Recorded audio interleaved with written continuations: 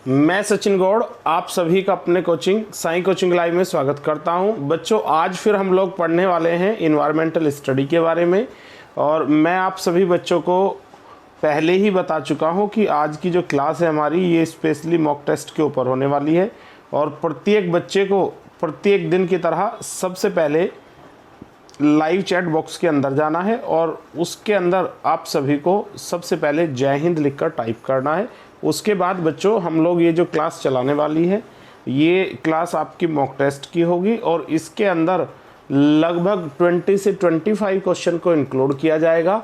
और ये बच्चों, आप लोगों को आज ध्यान रखना है कि इस टेस्ट के अंदर सीटेट और पीसीएस के अंदर आने वाले इन्वायरमेंटल स्टडी के जो क्वेश्चन हैं उनको इंक्लूड किया गया है। कोई भी बच्चा क्लास को बीच में एग्जिट नहीं करेगा, वो क्लास के साथ अंत तक बना रहेगा। चलिए बच्चों, शुरू करते हैं हम लोग आज की अपनी क्लास।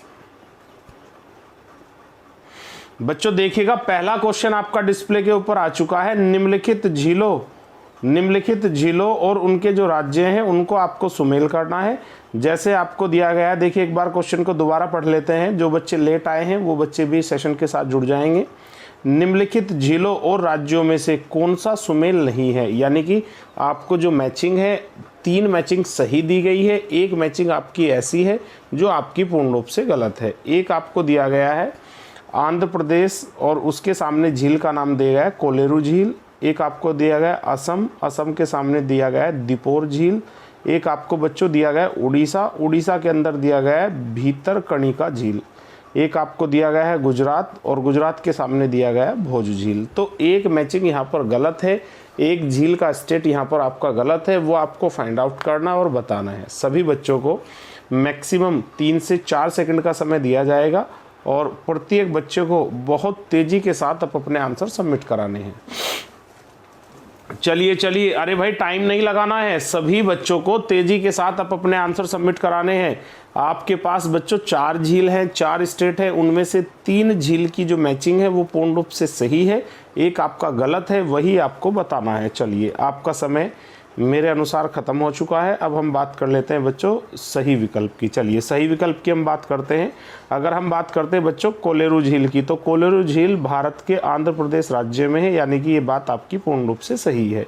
दीपोर झील भी आपकी कहाँ पर है बच्चों? असम में, ये भी आपका पूर्ण रूप से सही हो जाता है। एक आपको दिया गया भीतरकनिका झील, भीतरकनिका झील आपकी बच्चों कहाँ पर है? उड़ीसा में, ये बात भी सही है। लेकिन जो डी विकल्प है, जो भोज झील है बच्चों, वो भोपाल मध्य प्रदेश में है, यानी कि ये आपका पूर्ण रूप से क्या है? गलत है। अगर भोज झील की हम लोग बात करते हैं तो ये भोपाल में है। भोपाल कहाँ पर आपका पड़ता है? मध्य प्रदेश स्टेट में पड़ता है। तो उसी के अनुसार आपकी जो डी मैचिंग है वो गलत हो जाती है और हम लोगों को यहाँ पर निगेटिवली ट्रू बताना है। तो इसलिए क्वेश्चन नंबर 1 का जो आंसर होगा बच्चों वो डी होगा।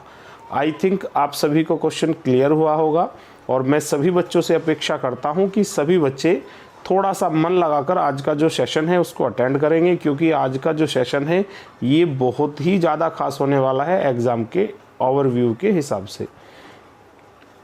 चलिए बच्चों, बात करते हैं क्वेश्चन नंबर 2 की।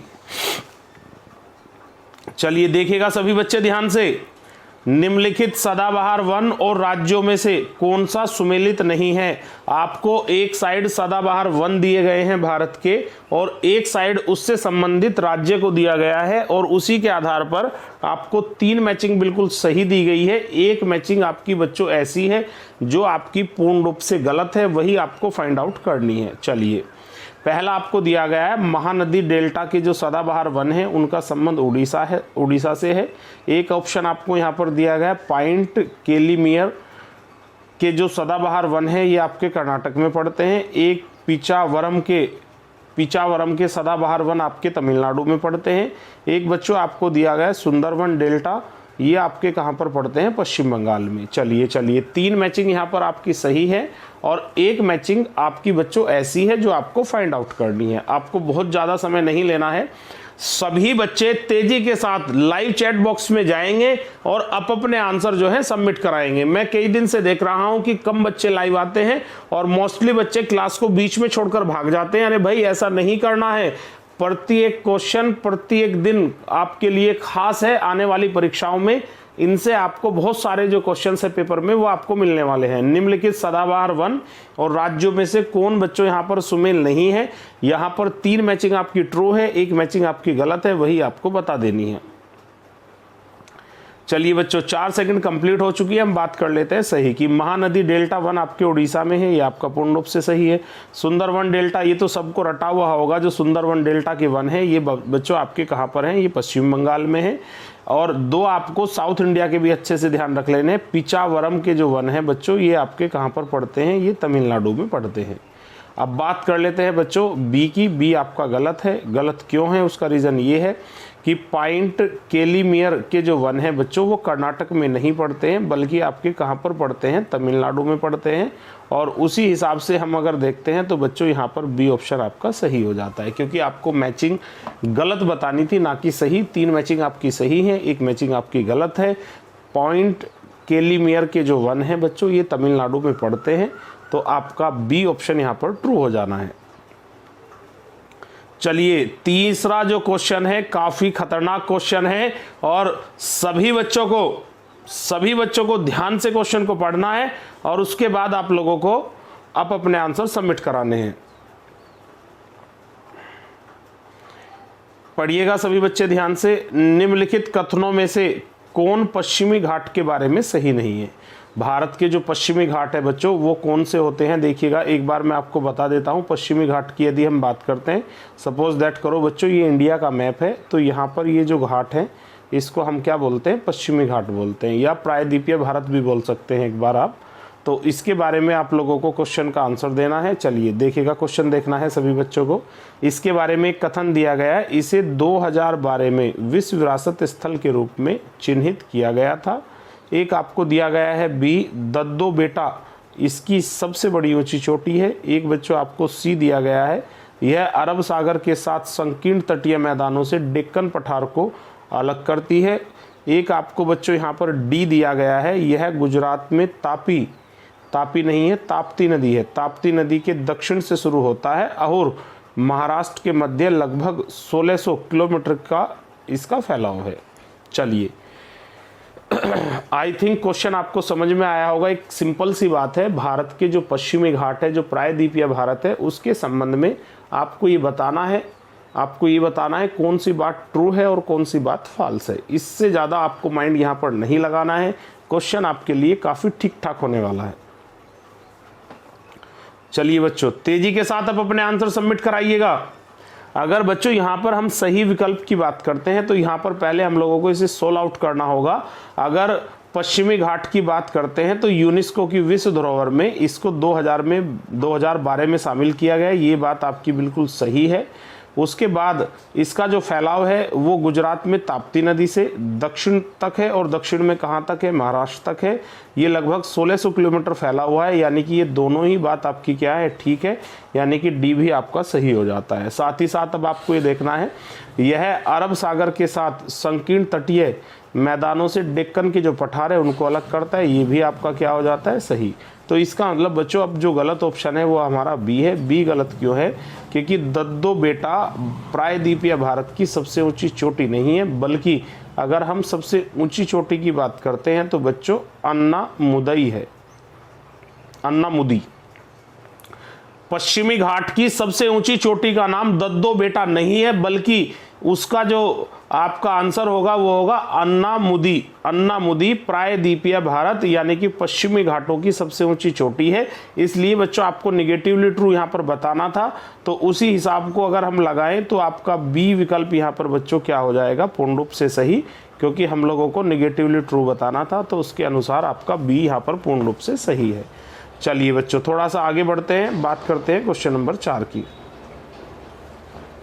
क्वेश्चन नंबर 4 देखिएगा सभी बच्चे ध्यान से। राष्ट्रीय केरल रीफ अनुसंधान केंद्र कहाँ पर है? राष्ट्रीय, देखो बच्चों थोड़ा सा गलत भूल गया, राष्ट्रीय कोरल रीफ अनुसंधान केंद्र क्या कहाँ पर है? अगर हम थोड़ा सा इसको एक्सप्लेन करते हैं, कोरल रीफ का मतलब क्या होता है बच्चों? आपका प्रवाल भित्ति होता है। प्रवाल भित्ति पर जो अनुसंधान केंद्र है भारत का वो कहाँ पर है? एक आपको देखना है अंडमान निकोबार द्वीप समूह में है, एक आपका लक्षद्वीप में है, एक मन्नार की खाड़ी में है, एक आपका कच्छ के रण में है। चलिए तेजी के साथ सभी बच्चों को अपने आंसर देने हैं। अगर राष्ट्रीय कोरल रीफ अनुसंधान केंद्र की बात करते हैं तो ये बच्चों आपका कहाँ पर है, ये आपको तेजी के साथ रिप्लाई करना है। चलिएगा भाई, अरे तेजी के साथ 3 से 4 सेकंड में आप अपने आंसर सबमिट कराइएगा। सभी बच्चों को 3 से 4 सेकंड में अपने आंसर सबमिट कराने हैं। चलिए बात कर लेते हैं सही विकल्प की बच्चों। डी आपका पूर्ण रूप से यहाँ पर गलत है, सी भी आपका गलत है, लक्षद्वीप भी आपका गलत है। यहाँ पर पूर्ण रूप से यदि हम सही विकल्प की बात करते हैं तो वो आपका अंडमान निकोबार है। अगर हम बात करें भारत में जो प्रवाल भित्ति है उनकी जो लोकेशन है बच्चों, एक तो आपकी लक्षद्वीप के चारों ओर है, एक आपकी यहाँ पर अंडमान निकोबार द्वीप के चारों ओर है। यहाँ पर अधिकांश जो एरिया है आदिवासी है, लेकिन निकोबार जो द्वीप समूह है वहाँ पर काफ़ी ठीक ठाक कंडीशन है, यानी कि वहाँ पर रिसर्च सेंटर खोले जा सकते हैं। तो इसलिए आपको थोड़ी सी कॉमन सेंस का भी इस्तेमाल करना है कि केवल 2 ही प्लेस इंडिया में ऐसे हैं जहाँ पर प्रवाल भित्ति है ठीक ठाक मात्रा में। एक आपका है लक्षद्वीप, एक आपका अंडमान निकोबार। तो लक्षद्वीप में तो किसी प्रकार की कोई संभावना मुझे नहीं लगती है, वहाँ पर किसी भी प्रकार की एंट्री जो बाहर के लोग हैं उनकी अलाउ नहीं है, तो वहाँ पर रिसर्च सेंटर का होना तो पॉसिबल नहीं है। तो फिर बच्चों आपके लिए एक ही विकल्प बचता है, वो है आपका अंडमान व निकोबार द्वीप समूह। आई होप दैट आप सभी को क्वेश्चन क्लियर हुआ होगा, आगे फ्यूचर में आपको बहुत ज़्यादा काम आने वाला है। चलिए बच्चों बात करते हैं क्वेश्चन नंबर 5 की। 5वां क्वेश्चन आपका डिस्प्ले पर आ चुका है। निम्नलिखित कथनों में से कौन सा पृथ्वी सम्मेलन 1992 के बारे में सही नहीं है।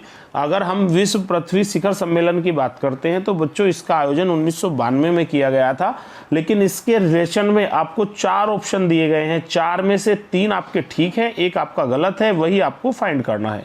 मैं आपको क्लियर कर देने वाला हूं बच्चों, आज की जो क्लास है वो बहुत ज़्यादा आसान नहीं होने वाली है। आप लोगों को पूरा ध्यान लगाना है, पूरी तन्मयता के साथ आप सभी को क्लास के साथ जुड़े रहना है, क्योंकि यहाँ पर आज आंसर देना इतना इम्पोर्टेंट नहीं है जितना चीज़ों को समझ लेना ज़्यादा खास है। चलिए, विश्व पृथ्वी शिखर सम्मेलन के संबंध में कौन सा कथन सही नहीं है। एक आपको विकल्प ए दिया गया है, यह जेनेवा स्विट्जरलैंड में आयोजित किया गया था। एक आपको बी दिया गया है, इसका मुख्य निष्कर्ष एजेंडा 21 के नाम से जाना जाता है। एक आपको इसमें दिया गया है 195 देशों ने इसमें भाग लिया। एक इसे संयुक्त राष्ट्र संघ के द्वारा प्रयोजित किया गया है, यूएन के द्वारा इसको प्रयोजित किया गया है। अब आपके लिए बच्चों 4 विकल्प हैं, 3 सही हैं, एक आपका गलत है, वही आपको अपने आंसर के रूप में सबमिट कराना है। चलिए देखते हैं कितने बच्चे सही आंसर देते हैं। अरे भाई, जो बच्चे क्लास के साथ थोड़ा सा लेट जुड़े हैं मैं उन सभी को रिमाइंड करा देता हूं, आप सभी को एकदम लाइव आ जाना है और आप अपने आंसर लाइव चैट बॉक्स में जाकर सबमिट कराने हैं। चलिए भाई, आपको 3 से 4 सेकंड का समय दिया गया था बच्चों, आपका समय लगभग कंप्लीट हो चुका है। अब हम लोग बात कर लेते हैं एक सही विकल्प के बारे में। अगर विश्व पृथ्वी सम्मेलन की बच्चों हम बात करते हैं तो इसके संबंध में पहली बात आप डी से चालू कीजिएगा। डी यानी कि ये जो बड़े बड़े सम्मेलन होते हैं इन सभी का आयोजन यूएन के द्वारा ही कराया जाता है, यूनाइटेड नेशन के द्वारा, संयुक्त राष्ट्र संघ के द्वारा, यानी कि डी आपका सही है। इसके अंदर विश्व के 195 देशों ने भाग लिया था, ये बात भी आपकी पूर्ण रूप से सही है। और इसका जो मुख्य एजेंडा था उसको किस नाम से जाना जाता है, एजेंडा 21 के नाम से जाना जाता है, यानी कि ये बात भी ठीक है। चलिए अब बात करते हैं बच्चों, इस सम्मेलन का जो आयोजन है वो जेनेवा में नहीं हुआ था, इसका जब रियो में हुआ था। और रियो कहाँ पर आपका पड़ता है, ब्राज़ील में। इसका मतलब आपका ये आपका गलत है, क्योंकि प्लेस की जो कंडीशन है वो आपको यहाँ पर गलत दी गई है। ये ब्राज़ील में आयोजित किया गया था, सन 1992 में आयोजित किया गया था। इसको एजेंडा 21 के नाम से भी जाना जाता है। 195 देशों ने भाग लिया है और इसको लीड करने की जो भूमिका थी वो किसकी थी, वो यूएन की थी। आई होप दैट आप सभी को चीज़ें क्लियर हुई होंगी। अब बच्चों बात कर लेते हैं क्वेश्चन नंबर 6 के बारे में। चलिएगा बच्चों, क्वेश्चन नंबर 6 आपका डिस्प्ले के ऊपर आ चुका है। निम्नलिखित कथनों में से कौन क्योटो प्रोटोकॉल के बारे में सही नहीं है, ये आप सभी को बताना है। क्योटो प्रोटोकॉल के बारे में कौन सा विकल्प बच्चों यहाँ पर आपका सही नहीं है, ये आपको बताना है। चलिए, पहला विकल्प है बच्चों आपके पास, यह क्योटो स्विट्जरलैंड में आयोजित बैठक में अपनाया गया था। एक आपको दिया गया है, यह 1997 में अपनाया गया था। इसका लक्ष्य 2012 तक ग्रीन हाउस गैसों के उत्सर्जन को 1990 की तुलना में 5.2% तक कम करना था। भारत ने इस पर हस्ताक्षर नहीं किए थे। और एक आपको, चलो बच्चों यहाँ थोड़ा सा आपको कॉम्बिनेशन बनाना है, 1 2 3 4, आपको 4 निष्कर्ष दिए गए। इनमें से जो निष्कर्ष आपके सही हैं आपको केवल उन्हीं के ऊपर विचार करना है, बाकी को छोड़ देना है। चलिए तेजी के साथ सभी बच्चे अब अपने आंसर सबमिट कराएंगे। क्योटो प्रोटोकॉल के संबंध में आपकी कौन कौन सी बातें यहाँ पर सही है, ये आप लोगों को तेजी के साथ सबमिट करा देना है। चलिए भाई, अरे तेजी के साथ सभी बच्चों को अपने आंसर सबमिट कराने हैं। क्योटो प्रोटोकॉल के बारे में यहाँ पर बच्चों कुछ बातें गलत हैं, कुछ सही है। जो सही बातें हैं वो आपको फाइंड आउट कर लेनी है, बाकी गलत सभी को आपको छोड़ देना है। चलिए, क्वेश्चन समझ में आना जरूरी है, तभी तो बच्चों आप आंसर दे पाओगे। चलिए बात करते हैं सही की। क्योटो प्रोटोकॉल का आयोजन स्विट्जरलैंड में नहीं किया गया था, यानी कि ये वाली बात जो ए कथन की है ये आपकी गलत हो जाती है। इसका आयोजन 1997 में किया गया था, ये आपका पूर्ण रूप से सही है। ठीक है, इसका लक्ष्य 2012 तक ग्रीन हाउस गैसों के उत्सर्जन को 1990 की तुलना में 5.2% तक कम करना था, और ये बात आपकी बच्चों पूर्ण रूप से ठीक हो जाती है। अब बात करते हैं चौथे कथन की। चौथा कथन है भारत ने इस पर हस्ताक्षर नहीं किए थे, ये बात गलत है, क्योंकि भारत ने हस्ताक्षर किए थे, तो ये भी आपका गलत हो जाता है। अब यहाँ पर सॉल्यूशन ये निकलता है कि आपका दूसरा कथन भी सही है, दूसरा स्टेटमेंट आपका ट्रू है, तीसरा स्टेटमेंट भी आपका ट्रू है। तो इसके अकॉर्डिंग यदि हम आंसर की बात करते हैं तो बच्चों देखिएगा, ए विकल्प आपका पूर्ण रूप से यहाँ क्या हो जाता है, सही हो जाता है। ठीक है, क्यों? इसके अंदर 4 दिया गया है सेकंड में, तो 4 की वजह से बी आपका गलत हो जाता है। सी के अंदर 4 दिया गया है, ये भी आपका गलत हो जाता है। तो जब आपका पहला और चौथा कथन स्टेटमेंट गलत है तो इनका कोई चांस ही नहीं बनता है, तो आपको इसको भी छोड़ देना है। आई होप दैट आप सभी को क्वेश्चन क्लियर हुआ होगा। और बच्चों ये ध्यान रखना, ये बहुत ज़्यादा खास क्वेश्चन है, इन फ्यूचरली आपको कहीं ना कहीं ये आपको मिलने वाला है। चलिए बच्चों बात करते हैं क्वेश्चन नंबर 7 की। निम्नलिखित में से कौन सा मॉन्ट्रियल प्रोटोकॉल के बारे में सही नहीं है? मॉन्ट्रियल जो प्रोटोकॉल है इसके बारे में कौन सी बात बच्चों यहाँ पर सही नहीं है, ये आप सभी को तेजी के साथ बता देना है। ठीक है, चलिए पहला आपके पास बच्चों ऑप्शन है, यह ओजोन परत रिक्तीकरण से संबंधित है। यह 1992 के बाद से अस्तित्व में आया था। 196 देशों द्वारा इसकी पुष्टि की गई थी। एक आपको बच्चों दिया गया है, इसकी पहली बैठक 1989 में हेलसिंकी में आयोजित की गई थी। चलिए अरे भाई तेजी के साथ सभी बच्चों को आप अपने आंसर सबमिट कराने हैं। मॉन्ट्रियल प्रोटोकॉल के बारे में कौन सी बात यहाँ पर गलत है? 3 सही हैं, 1 आपकी गलत है, वही आपको आंसर के रूप में लाइव चैट बॉक्स में जाकर सबमिट करा देनी है। चलिए अरे भाई तेजी के साथ सभी बच्चे अपने आंसर सबमिट कराएंगे। चलिए बच्चों 4 सेकंड आई थिंक आपकी कंप्लीट हो चुकी हैं। बात करते हैं हम सही विकल्प की। इसका संबंध बच्चों ओजोन परत के रिक्तीकरण से है, ये बात आपकी पूर्ण रूप से सही है। और मॉन्ट्रियल प्रोटोकॉल की यदि बच्चों बात की जाए तो इसकी स्थापना 1992 में नहीं की गई थी, बल्कि 1997 में की गई थी। 1987 में। 97 में क्योटो प्रोटोकॉल है और 1987 में आपका क्या है, मॉन्ट्रियल प्रोटोकॉल है। ठीक है, तो इसका मतलब यही गलत है आपका। दूसरी बात, आप सी विकल्प के अंदर आ जाइए। 196 देशों ने इसमें पार्टिसिपेट किया था, तो इसका मतलब सी भी आपका यहाँ पर सही है। और इसकी जो पहली बैठक है बच्चों हेलसिंकी में की गई थी, ये भी आपका सही है। यानी कि आपको यहाँ पर गलत बताना था, तो उस लिहाज से आपका बी विकल्प यहाँ पर आंसर हो जाता है। क्वेश्चन नंबर 7, मॉन्ट्रियल प्रोटोकॉल के बारे में बी गलत है, क्योंकि 1992 में इसका आयोजन नहीं किया गया था, बल्कि 1987 में इसका आयोजन किया गया था। और आफ्टर 2 ईयर बाद इसकी पहली मीटिंग 1989 में हुई थी, हेलसिंकी में हुई थी। इसका संबंध ओजोन परत से है। चलिएगा बच्चों बात करते हैं क्वेश्चन नंबर 8 की। निम्नलिखित में से कौन सुमेल नहीं है? 4 चीजें आपको दी गई है, 4 सम्मेलन आपको दिए गए हैं। एक सम्मेलन बच्चों ऐसा है जो मैचिंग से बाहर है, वो आपको बताना है। बाली शिखर सम्मेलन 2007 में हुआ था। मॉन्ट्रियल कार्य योजना 2005। देखो यहाँ पर मॉन्ट्रियल बच्चों सम्मेलन नहीं दिया गया है, मॉन्ट्रियल कार्य योजना दिया गया है। एक आपको दिया गया है पोजनान शिखर सम्मेलन 2010, एक आपको दिया है कोपेनहेगन शिखर सम्मेलन। मॉन्ट्रियल प्रोटोकॉल नहीं दिया गया है बच्चों। यदि मॉन्ट्रियल प्रोटोकॉल दिया जाता है तो 1987 यहाँ पर आपका ठीक होता। फिलहाल आप लोगों को गलत बताना है यहाँ पर। बाली शिखर सम्मेलन का आयोजन, एक मॉन्ट्रियल कार्य योजना, एक पोजनान शिखर सम्मेलन, एक कोपेनहेगन शिखर सम्मेलन। चलिए चलिए तेजी के साथ सभी बच्चों को अपने आंसर सबमिट कराने हैं। चलिए 3 से 4 सेकंड का ही आप लोगों को समय लगाना है, इससे ज़्यादा समय आप लोगों को नहीं लगाना है। चलिए बच्चों तेजी के साथ आप अपने आंसर सबमिट कराइएगा। अरे भाई सभी बच्चों को आप अपने आंसर सबमिट कराने हैं। निम्नलिखित में से कौन सा सुमेलित नहीं है? बाली शिखर सम्मेलन 2007, मॉन्ट्रियल कार्य योजना 2005, पोजनान शिखर सम्मेलन 2010, कोपेनहेगन शिखर सम्मेलन 2009। चलिए बात करते हैं सही विकल्प की। बच्चों पहला जो मैचिंग है ये आपका पूर्ण रूप से सही है। मॉन्ट्रियल कार्य योजना 2005 ये भी आपका सही है। पोजनान शिखर सम्मेलन ये आपका गलत है, इसका आयोजन 2021 में किया गया था और ये आने वाले समय में जरूर आने वाला है क्योंकि इसका संबंध जलवायु परिवर्तन से है। चलिए अब डी की बात करते हैं। कोपेनहेगन सम्मेलन आपका 2009 में आयोजित किया गया था, ये बात भी आपकी सही है।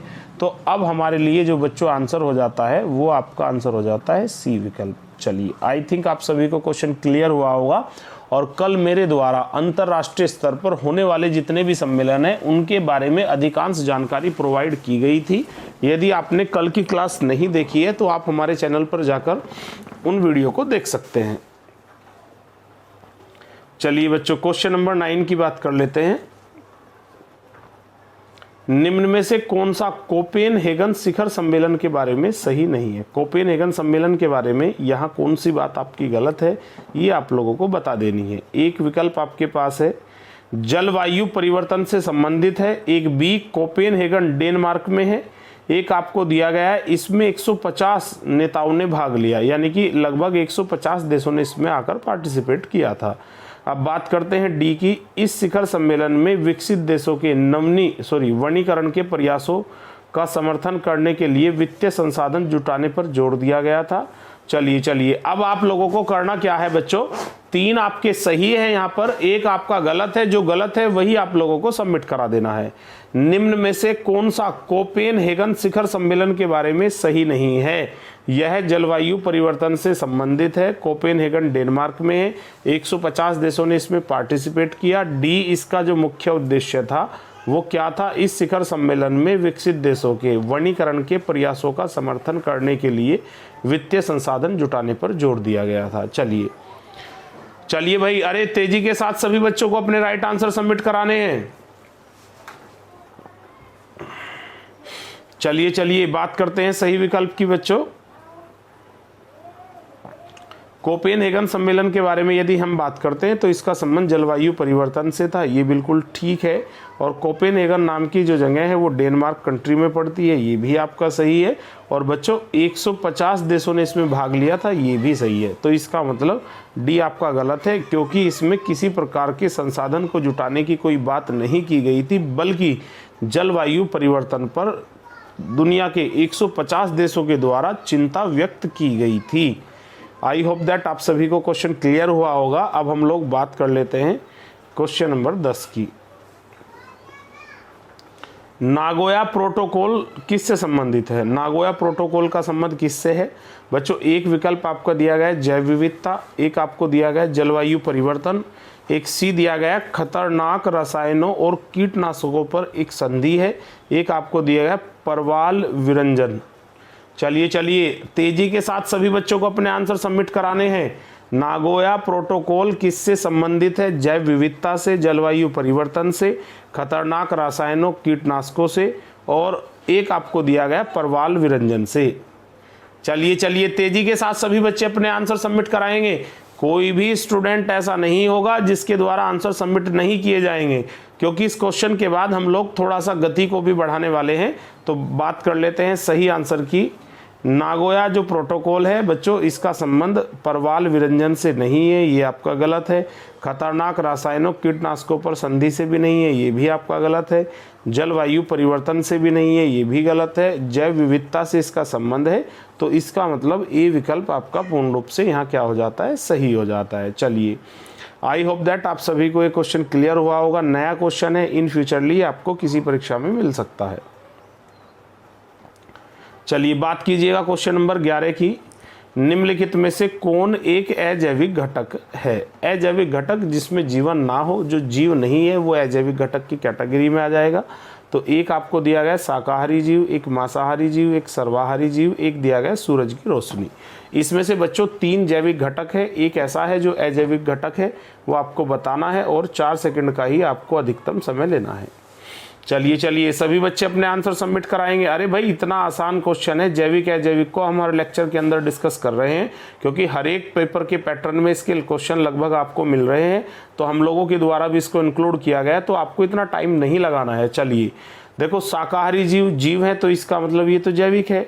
मांसाहारी जीव, ये भी आपका क्या है, ये भी जीव है, तो ये भी गलत है। सर्वाहारी जीव, ये भी गलत है।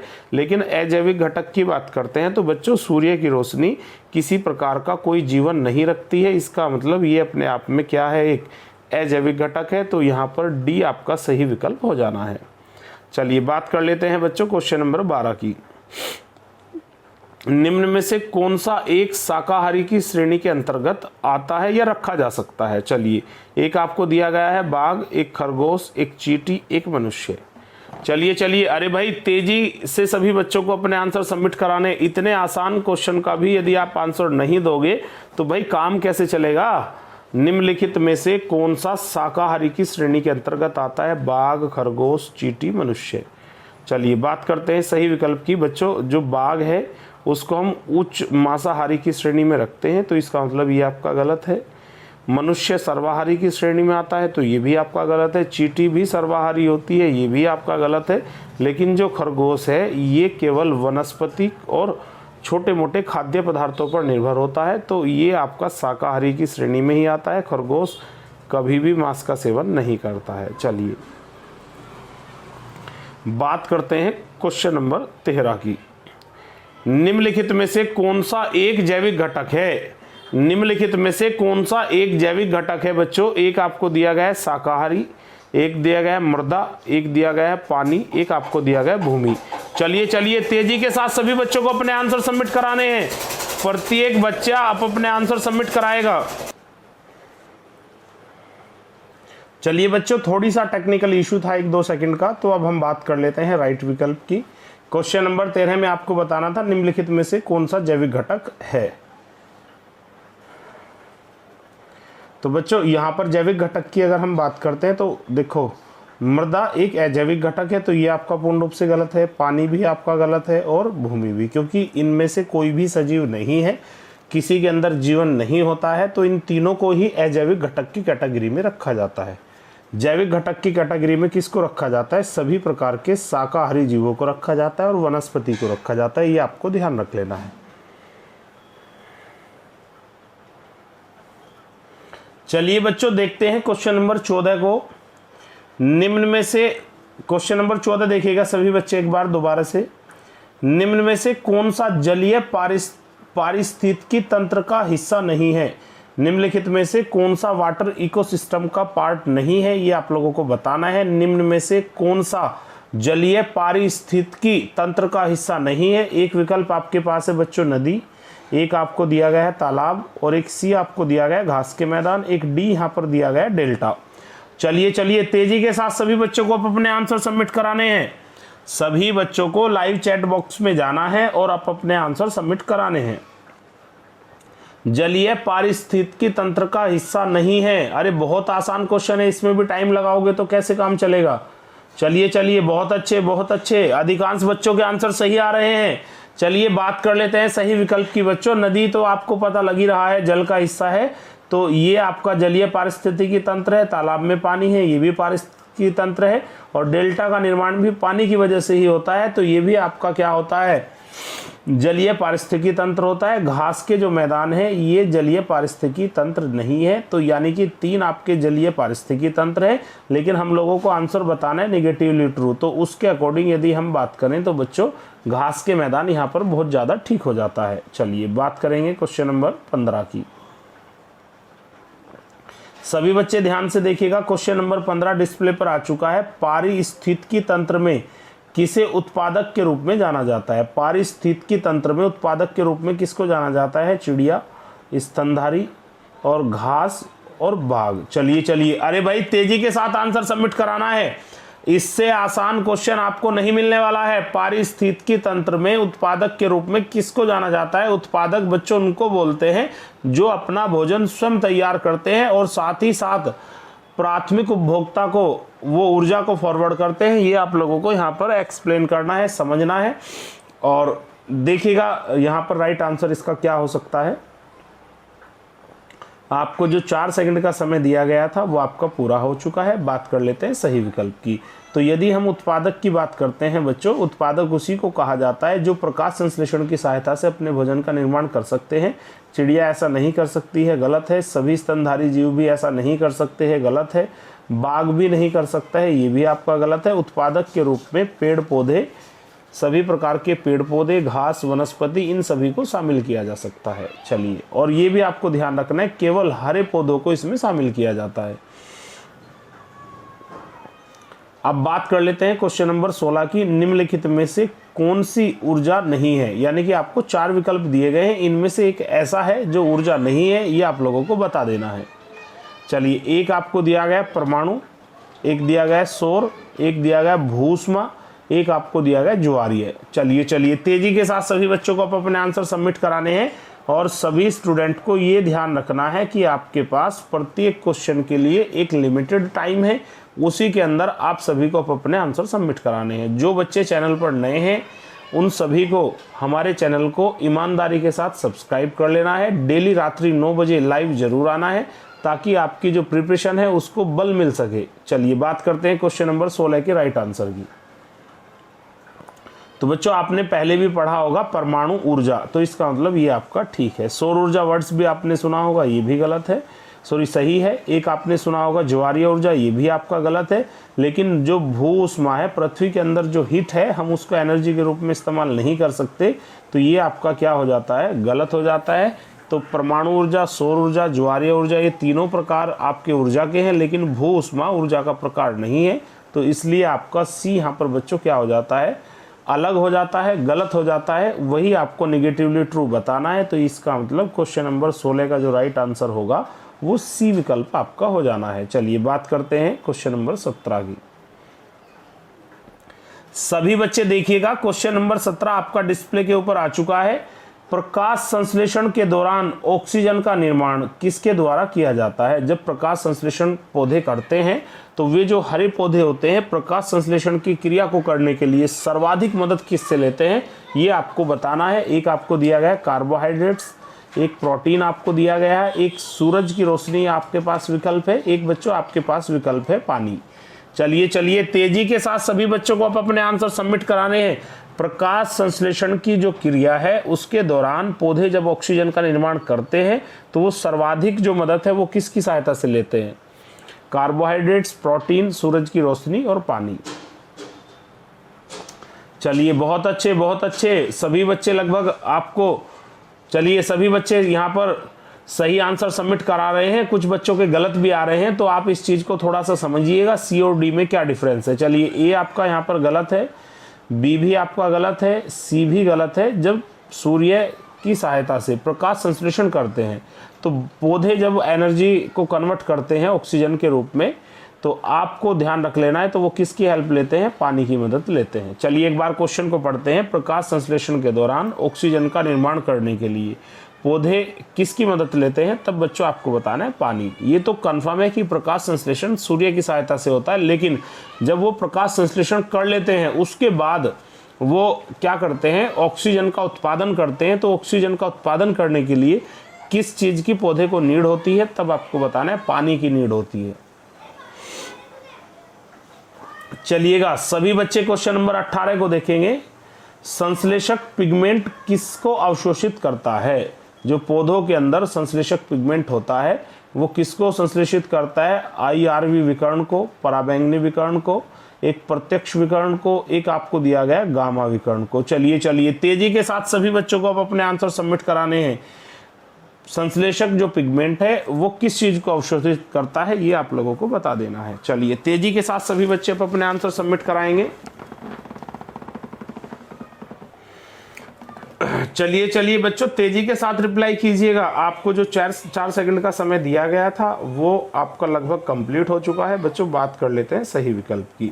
जो संश्लेषक पिगमेंट होते हैं ये आपका ए गलत है बच्चों, यहाँ पर वो कभी भी IR विकर्ण का अवशोषण नहीं करते हैं, और बी भी आपका गलत है। हर क्वेश्चन का आंसर पराबैंगनी किरणें नहीं हो सकता, ये सभी बच्चों को ध्यान रख लेना है, ठीक है।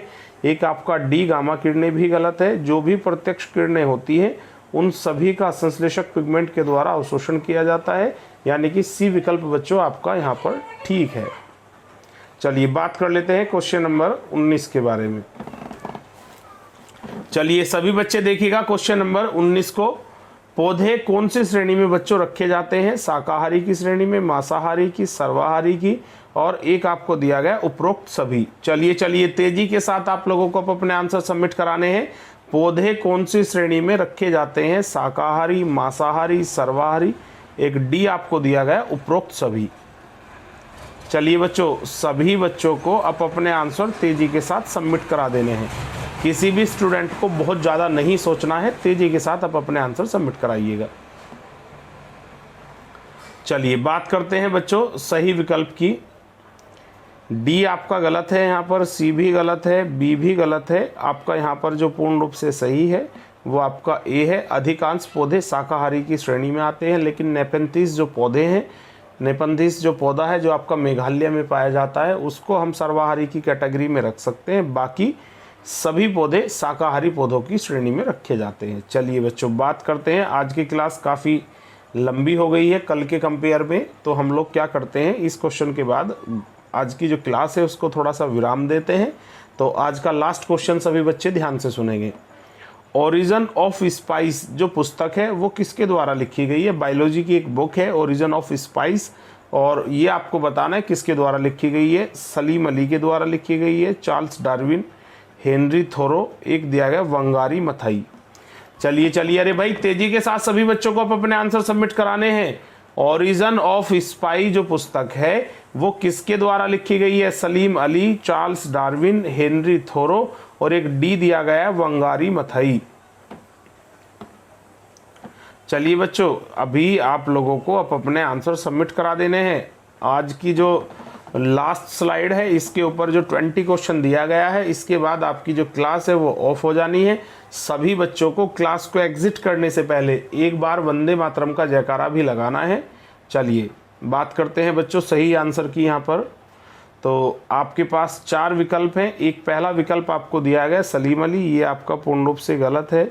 डी वंगारी मथाई ये भी आपका गलत है। सी हेनरी थोरो भी आपका गलत है। ओरिजिन ऑफ स्पाइस जो पुस्तक है बच्चों ये चार्ल्स डार्विन के द्वारा लिखी गई है, यानी कि बी विकल्प आपका सही हो जाता है। मैं आशा करता हूं कि सभी बच्चों को आज की क्लास पसंद आई होगी। क्लास के बारे में सभी बच्चे अपने जो फीडबैक हैं वो कमेंट बॉक्स में जाकर सबमिट कराएंगे, और सभी बच्चों से मैं हम्बल रिक्वेस्ट करता हूं कि हमारी प्रत्येक वीडियो को बच्चे लाइक करें, ज़्यादा से ज़्यादा कमेंट्स करें, और प्रतिदिन रात्रि 9 बजे लाइव आप अवश्य आइएगा। आपके लिए इसी प्रकार की जो एजुकेशनल वीडियो हैं वो लाइव की जाती है। आज की क्लास ख़त्म हो चुकी है। Thank you so much watching our video.